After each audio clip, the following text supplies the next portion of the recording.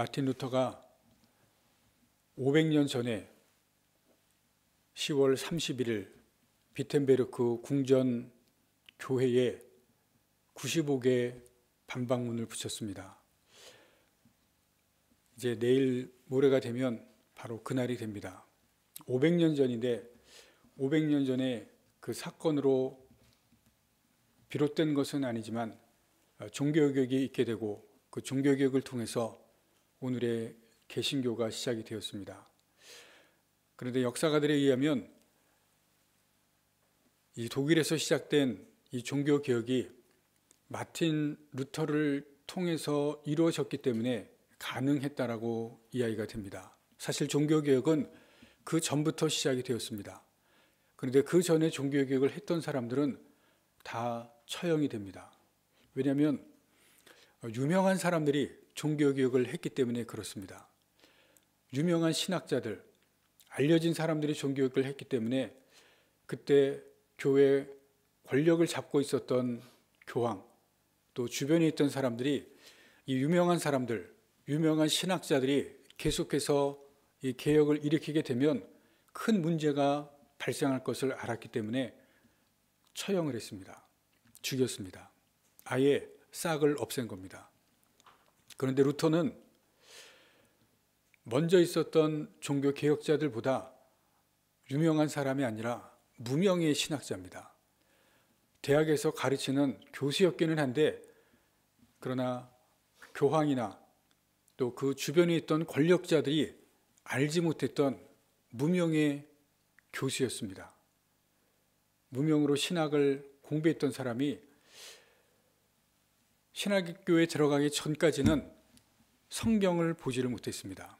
아시는 것처럼 중세교회는 라틴어로 쓰여진 성경, 평신도들은 볼 수 없는 성직자들만 그리고 신학생들만 성경을 볼 수가 있었는데 학교에 들어가서 성경을 보기 시작하고 자기가 지금까지 알고 있던 신앙, 지금까지 배웠던 신앙과 이 성경에 가르치는 신앙이 전혀 다르다는 것을 보기 시작합니다.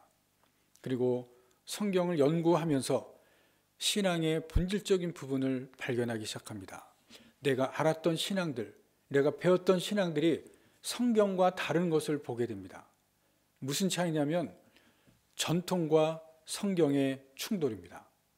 내가 배웠던 것은 전통이었고 나에게 가르치는 것은 전통을 따르라는 것을 가르칩니다. 그런데 루터는 성경입니다. 성경이 무엇을 나에게 말씀하시고 성경이 무엇을 나에게 가르치느냐, 여기에 초점을 맞추기 시작합니다. 그리고 95개의 반박문에서 말씀하는 것은 그것입니다. 성경이 말씀하는 것, 성경에서 무엇을 말하는지를 논쟁하자는 겁니다. 라틴어로 써 있었습니다. 일반 사람들은 라틴어를 알지를 못합니다. 그리고 그때의 독일의 문맹률이 90%입니다. 독일어로 쓰여 있었다 할지라도 교회 앞에 써 있었던 그 95개 반박문을 독일어로 읽을 수 있는 사람은 10%에 불과합니다. 그런데 라틴어로 써 있었기 때문에 그것을 읽을 수 있는 사람은 0.4%에 불과합니다. 루터가 하려고 했었던 것은 그 95지의 반박문에서 무엇을 말하고자 했었냐면 성경에서 말하는 것, 성경 말씀에서 말하는 것, 무엇이 잘못됐는지 신학자들이 나하고 같이 토론하자는 겁니다. 의논하자는 겁니다. 학문적으로 같이 이야기하자는 겁니다. 당시 신학교에서는 잘못된 것은 어떤 잘못이든지 신학교 내에서는 다 의논을 할 수 있었습니다. 학문적으로 의논을 할 수 있었습니다. 그래서 학교에서 의논하자는 겁니다. 신학교 안에서 이단적인 부분도, 이단적인 논쟁도 신학교 안에서는 다 의논할 수 있는 그런 것이 허용이 되었습니다. 그래서 95지의 반박문을 내걸면서 토론하자, 의논하자는 겁니다. 근데 별로 주의를 기울이지 않았습니다. 말씀드린 대로 루터라고 하는 사람은 유명한 사람이 아니고 그리고 알려지지 않은 인물이었기 때문에 교황이나 주변에 있는 사람들이 별로 신경을 쓰지 않았습니다. 그런데 뜻하지 않게 이것이 확산되고 확대되어져 가기 시작했습니다. 주목하지 않던 독일에서, 비텐베르크라는 작은 도시에서 이것이 확산되어져 나가기 시작하면서 독일의 종교개혁이 뜨거워지기 시작하고 유럽으로 나가기 시작한 것입니다. 그때야 교황이, 그 주변에 있던 권력자들이 뭔가 잘못되었다는 것을 깨닫기 시작하고, 그때는 이미 때가 늦었습니다. 오늘 본문 말씀 12절에 보시면 이런 말씀이 있습니다. 그들의 발을 씻으신 후에 옷을 입으시고 다시 앉아 그들에게 이르시되 내가 너희에게 행한 것을 너희가 아느냐? 내가 행한 것을 너희가 아느냐? 제자들은 예수님께서 행한 것을 모릅니다. 그리고 예수님께서 설명을 했어도 이 당시에는 모릅니다. 여러분, 우리가 지금은 알 수 없는 것이 나중에는 이것이 얼마나 큰 것인가를 깨달을 때가 있습니다. 마틴 루터가 그 당시에 했던 것은 0.4%만 이해할 수 있는 말을 교회 앞에 내걸었습니다. 95제 방반문, 0.4% 독일 사람들만 이해할 수 있는 글, 읽어본 사람이 많지 않을 것입니다. 작은 도시에 걸려 있었던 그 95개 방방문이 세계 역사를 바꾸고 교회 역사를 바꾸고 그리고 엄청난 중세를 바꾸는 놀라운 일을 행했던 것을 우리가 역사 가운데 볼 수가 있습니다. 루터가 한 것이 아니라 하나님께서 하신 것입니다. 사람이 하는 것이 아니라 하나님께서 하시는 것을 역사가 증명하고 보여주고 있습니다. 너희가 이것을 아느냐? 사람은 모릅니다. 그러나 하나님께서 하시는 것은, 하나님께서 그 뒤에서 역사하신 것은 그때는 모르지만, 그러나 시간이 지나면 그것이 얼마나 하나님의 놀라우신 큰 역사로 되는지를 역사가 우리에게 보여주시고 있습니다. 하나님이 하시는 것은 소망이 있는 일이고 희망이 있는 일입니다. 사람들에게 소망을 주는 것, 사람들에게 희망을 주는 것입니다. 교회가 사람들에게 희망을 주고 사람들에게 소망을 주는 일을 해야 됩니다. 그런데 교회가 사람들에게 소망을 주지 못하고 희망을 주지 못할 때 사람들이 교회를 떠나고 교회에 등을 돌리게 됩니다. 종교개혁 500주년 그 전에, 500년 전에 교회는 사람들에게 희망을 주지 못했습니다. 그래서 개혁이 일어났고 또 그 개혁을 통해서 새로운 시대의 흐름이 시작이 되었습니다. 오늘 이 종교개혁 500주년을 맞으면서 오늘 말씀을 통해서 우리에게 무엇을 주시는가를 함께 생각해 보도록 하겠습니다. 예수님께서 오셔서 제자들을 세우시고 그리고 예수님은 하나님 나라로 가셨습니다. 제자들이 교회를 세우고 복음을 전하면서 초대교회가 처음으로 세워집니다. 초대교회로부터 예수님께서 교회를, 제자들을 남겨두신 후부터 300년까지, AD 3세기까지 교회가 점점 확산되어져 갑니다. 이 300년 동안 교회는 로마가 지배하는 동안 많은 고난과 핍박을 받습니다. 여러분들이 많이 들으셨을 것입니다.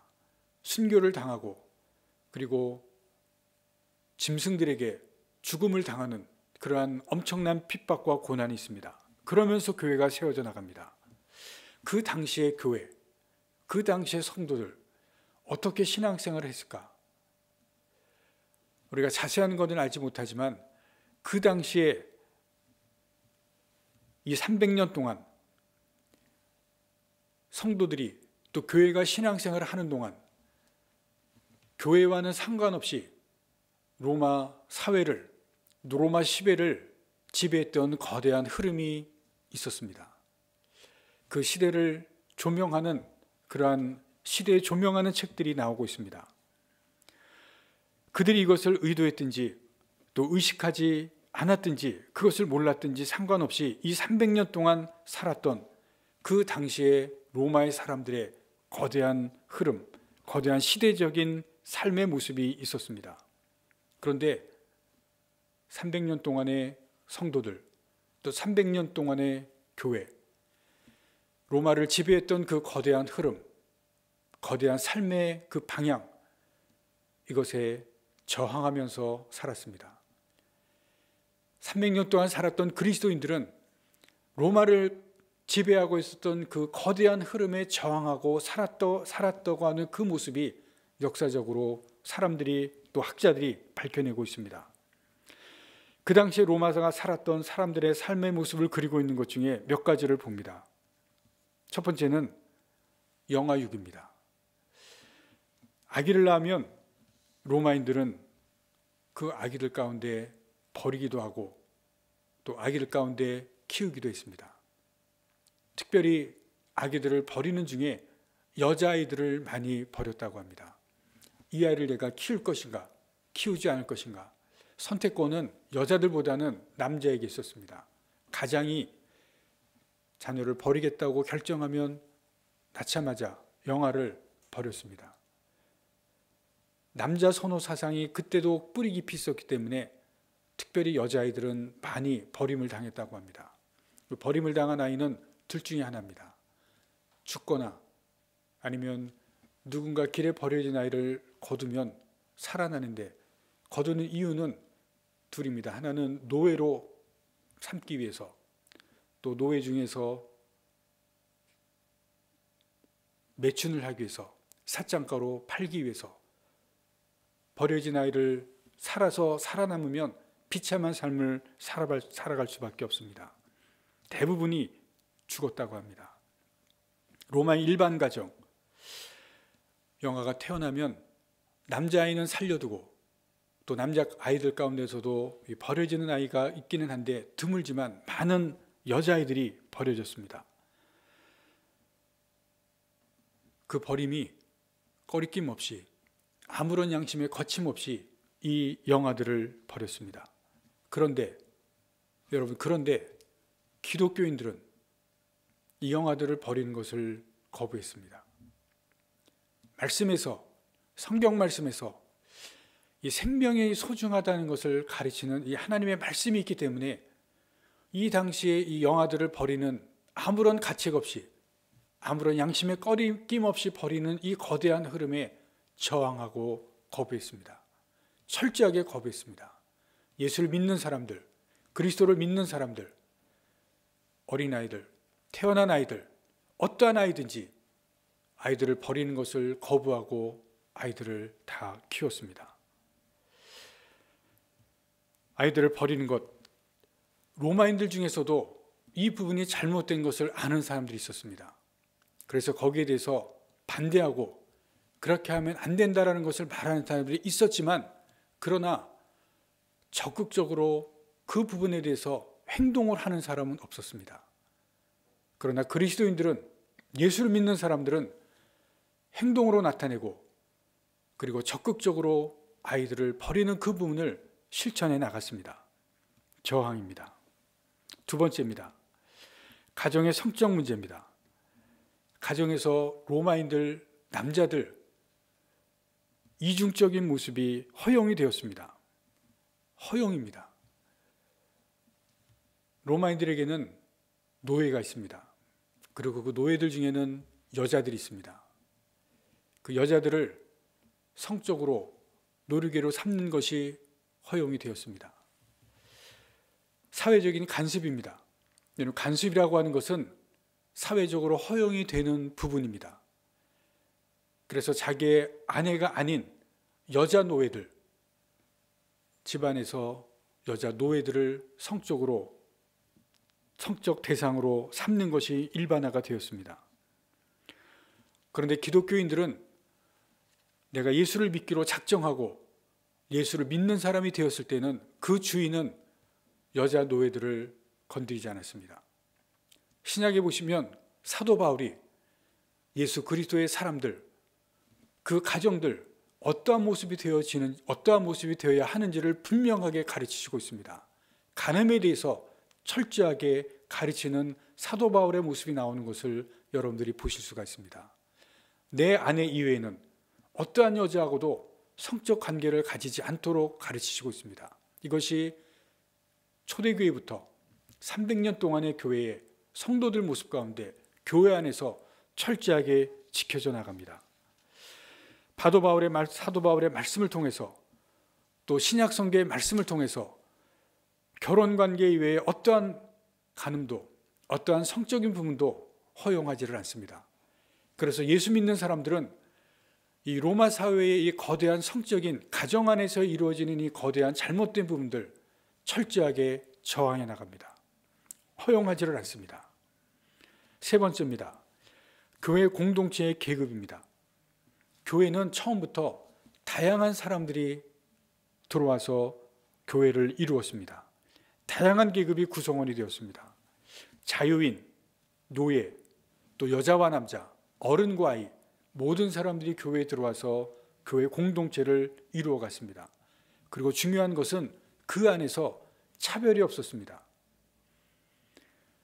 한 집안의 노예와 주인이 있는데 교회에 와서 같은 성도입니다. 여러분, 성만찬이 초대교회에서 왜 중요했냐면 성만찬은 한 주 예수 그리스도의 몸과 피를 나누는 겁니다. 같은 형제, 같은 자매가 되는 것입니다. 아무런 차별이 없고 아무런 구분이 없습니다.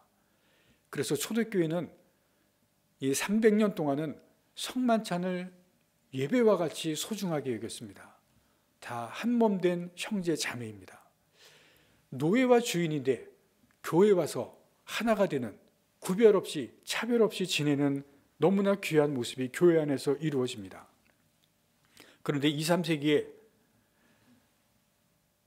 교회에 2, 3세기 전에는 로마 계층 중에 최고의 계층이 많지는 않았습니다.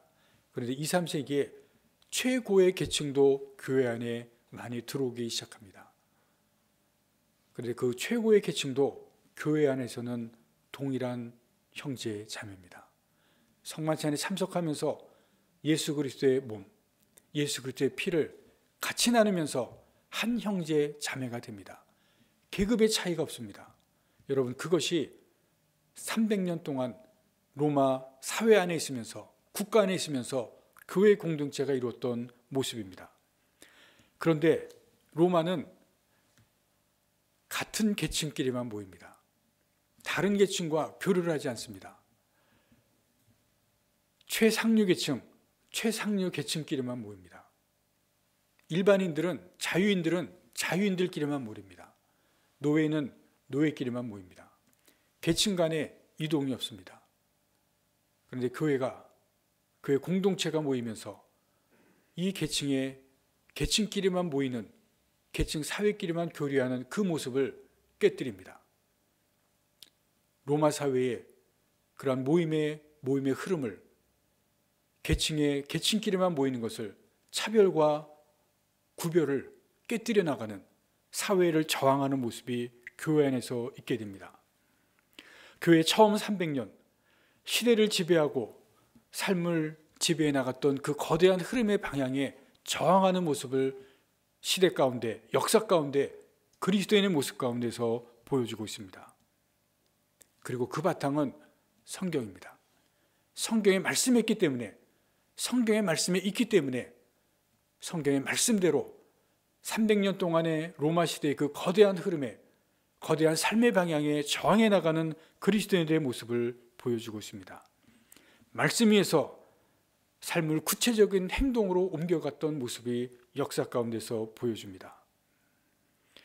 그리스도인들이 세상 밖으로 나가는 것이 아니라 세상 안에서 살고 있으면서 세상 안에서 저항합니다. 핍박이 없는 것이 아니라 핍박이 있지만, 고난이 없는 것이 아니라 고난이 있지만, 고난 가운데서, 핍박 가운데서 로마 제국의 그 로마인들의 삶에, 그 거대한 흐름에 저항해 나가고 있습니다. 사람들이 하지 않던 행동을 그리스도인들이 하기 시작했습니다. 사람들이 관습이라고 생각했던 것을 그리스도인들이 하지 않기 시작합니다. 부딪히고 저항했습니다. 오늘 본문의 말씀을 봅니다. 예수님께서 무엇을 하십니까? 제자들의 발을 씻기십니다. 이 제자들의 발을 씻기시는 이 일은 그 당시의 사람들이 하지 않던 일입니다. 당시의 선생님, 당시의 선생이 랍비,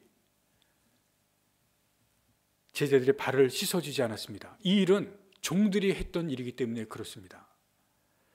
그런데 예수님께서 하셨습니다. 예수님께서 지금 오늘 본문에서 무엇을 하고 있습니까? 바닥에 무릎을 꿇었습니다. 여러분, 바닥에 무릎을 꿇고 제자들의 발을 씻기시고 있습니다. 바닥에 무릎을 꿇으셨다는 것은 제자들도 바닥에 무릎을 꿇으라는 것입니다. 다시 말씀드리면 밑바닥으로 내려가라는 것입니다. 거기에서 사람들에게 무릎을 꿇으라는 것입니다. 예수님께서 이렇게 하신 이유가 있습니다.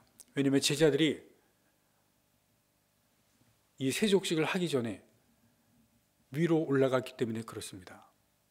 예수님께서 예루살렘으로 올라가시는 모습을 보고 나귀 타고 입성하시는 모습을 보고 서로 싸우고 다퉜습니다. 예수님께서 왕이 되실 텐데 누가 오른쪽, 누가 왼쪽에 앉을 것인가 서로 다투고 서로 싸웠습니다. 무엇입니까? 내가 올라가겠다는 것입니다. 내가 높은 자리에, 내가 더 높은 위치에 올라가겠다고 서로 다투고 싸웠습니다. 예수님께서 바닥에 무릎을 꿇으시면서 행동하시면서 말씀하십니다. 올라가지 말고 내려가라. 밑바닥까지 내려가라는 것입니다. 거기에서 무릎을 꿇으라는 것입니다. 처음 300년 동안 교회와 성도들이 버려지는 영아들에게로 내려갔습니다. 죽어가고 맺힌 세계로 팔려가는 영아들에게로 내려갔습니다. 가정에서 성적으로 부정한 관습, 거기에 저항했습니다.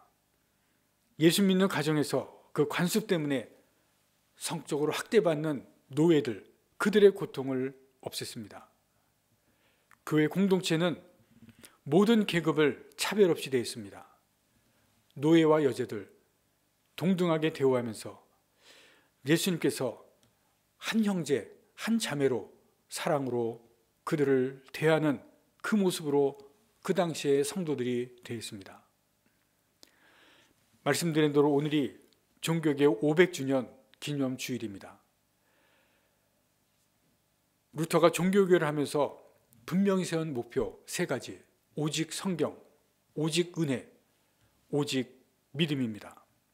이 목표들은 교회의 본질을 회복하려는 것입니다. 교회가 본질에서 벗어난 그 비본질들이 교회에 자리 잡고 있었기 때문입니다.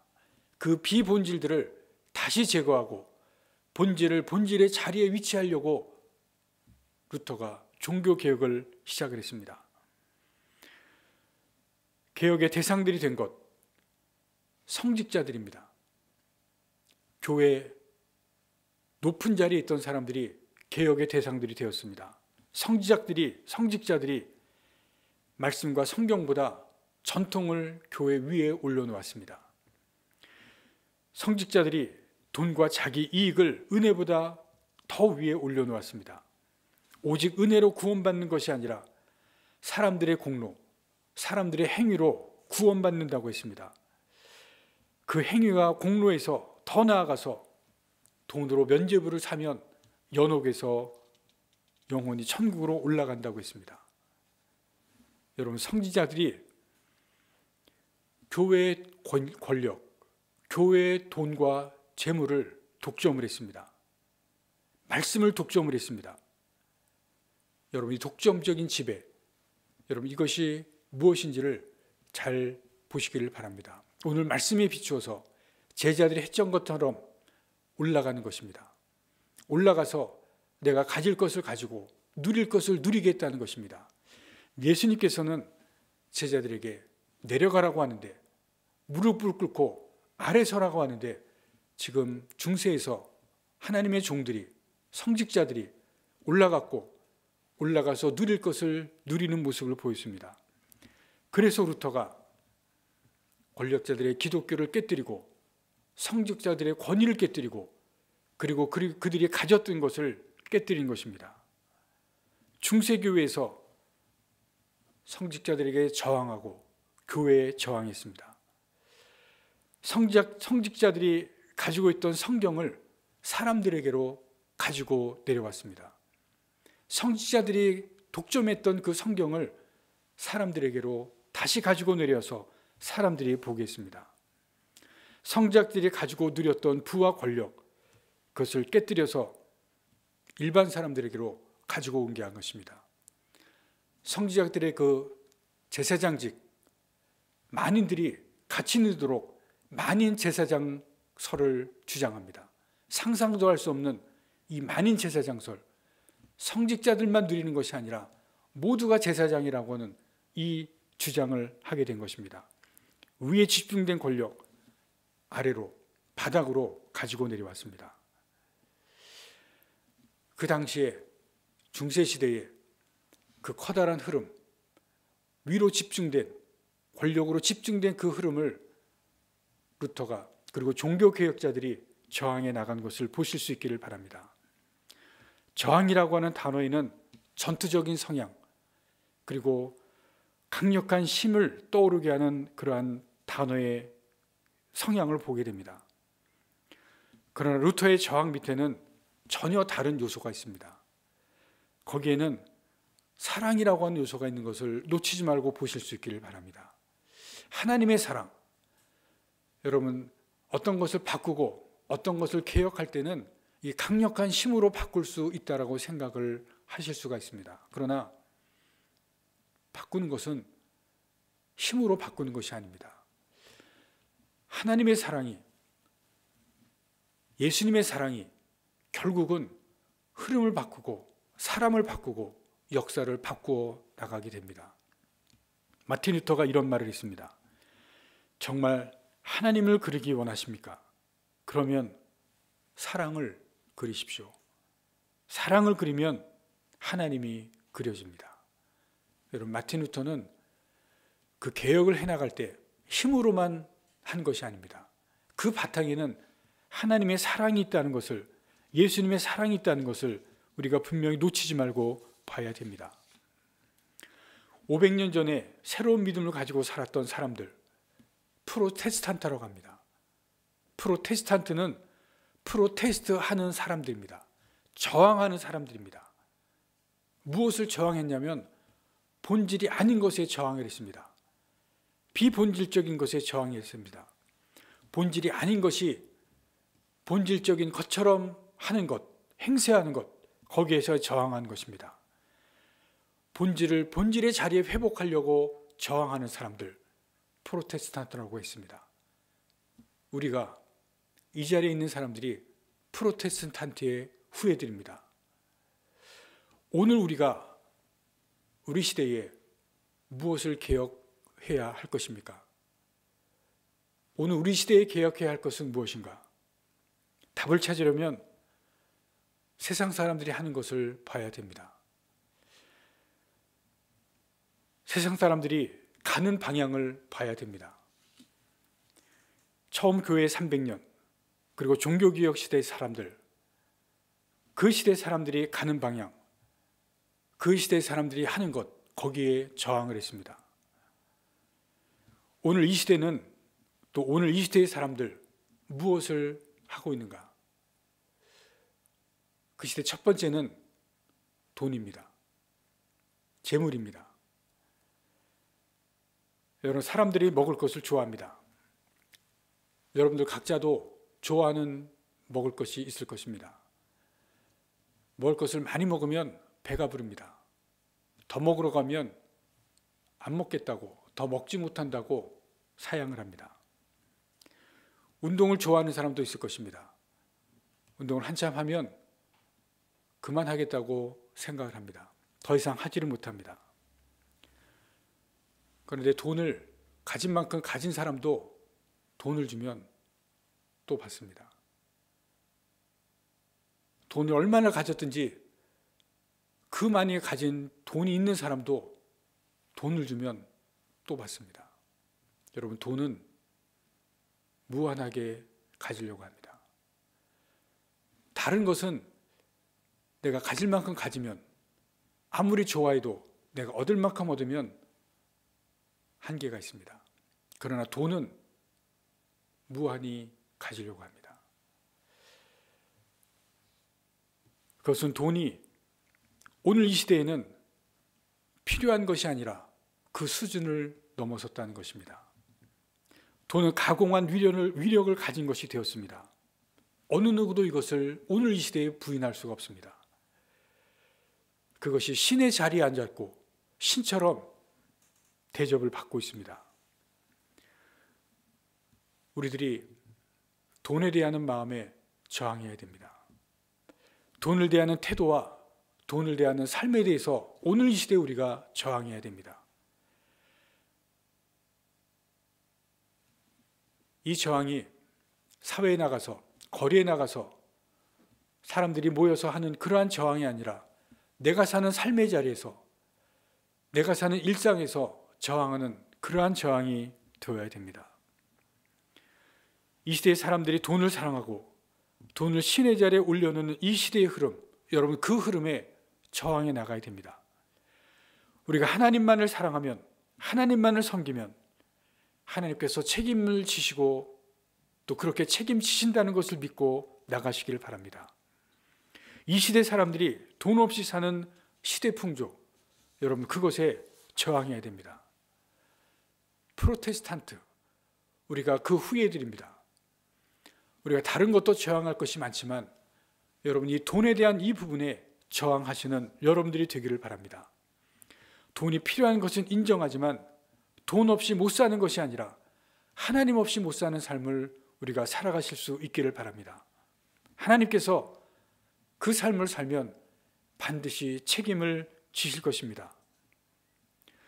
돈만을 추구하는 사람, 자기 중심적이고 이기적인 삶을 살게 됩니다. 바닥으로 내려가지 않고 위로 올라가고 높아지는 삶, 교만해지는 삶을 살 수밖에 없습니다. 그러나 바닥으로 내려가고 그리고 내려가서 사랑하되, 여러분 내가 사랑해야 될 사람, 어려운 사람, 힘든 사람 사랑하시길 바랍니다. 거기에서 무릎을 꿇고 그리고 내 것을 나누고 함께 하시길 바랍니다. 하나님께서 우리를 또 그러한 사람을 사랑하실 것입니다. 주님께서 오늘 제자들을 시키신 것은 이 말씀을 우리에게 주시면서 이렇게 하셨습니다. 내가 너희에게 행한 것 같이 너희도 행하게 하려여 본을 보였노라. 우리에게 행하게 하시려고, 우리에게 이렇게 하도록 본을 보였다고 하셨습니다. 여러분 우리가 무엇보다도 이 시대의 사람들의 흐름, 돈에 대한 것, 여러분 이것에 저항하시면서 사시는 여러분들이 되시고 주님께서 행하신 것을 본받으시면서 따라서 하시면서 사시는 여러분들이 되시기를 간절히 바랍니다. 기도하시겠습니다.